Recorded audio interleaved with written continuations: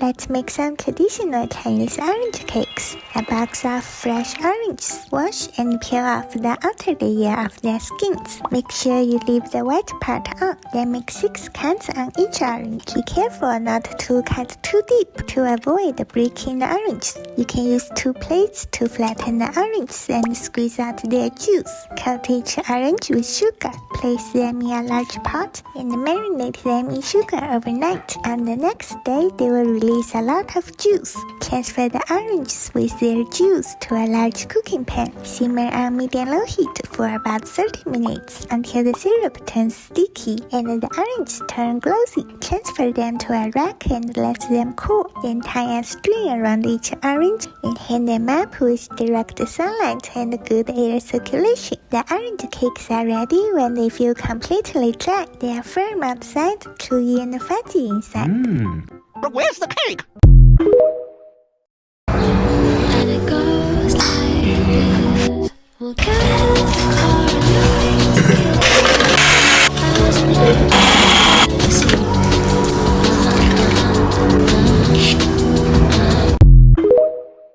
Alam nyo ba, sa lahat ng mga binibake ko, ito na yata yung pinakamasarap at pinakamadaling gawin. Halos everyday din, simula nung shinare ko yung recipe, may mga nagme-message sa akin ng mga gumawa nito. Pero nakakatuwa nga kasi yung iba, binibusiness pa nila and ang daming araw nasasarapan sa moist chocolate nila. Ano ba naman, sobrang dali lang gawin and pwede rin siya kahit wala kayong oven. Dami kong nababasa sa comment section na ini-steam daw nila at yung iba naman gumagamit sila ng air fryer. Mas malaki nga pala yung ginawa ko ngayon, ang time nito is 35 to 40 minutes. Ito rin yung ginagamit kong recipe sa mga cupcakes and tubs. For sure, marami na namang magtatanong ng ingredients, kaya ilalagay ko na lang sa comment section. Ito nga pala yung bago kong natutunan na chocolate fudge. Ang daling gawin and super stable niya at hindi rin ganun katamis. Bagay na bagay talaga sa moist chocolate cake. Lagyan ko na rin ng Dutch na cocoa powder. Yun yung brand na lagi kong ginagamit. Dami nang nag-try sa recipe ko na to ng moist chocolate cake. Lahat din ng binibake ko. Ito yung laging favorite at hinahanap nilang lahat. Hindi siya nakakaumay and saktong-sakto lang yung tamis niya. Kaya talagang paulit-ulit ko tong ginagawa dahil hindi nakakasawa. Tagal din yung lifespan ng cake na to, kahit 2 to 3 weeks basta proper storage lang, hindi to agad masisira. Lalo pa siyang sumasarap habang tumatagal sa ref. Pero dahil it's the crowd's favorite, laging ubos agad. Promise, pag na-try nyo to, uulit-ulitin nyo ring gawin.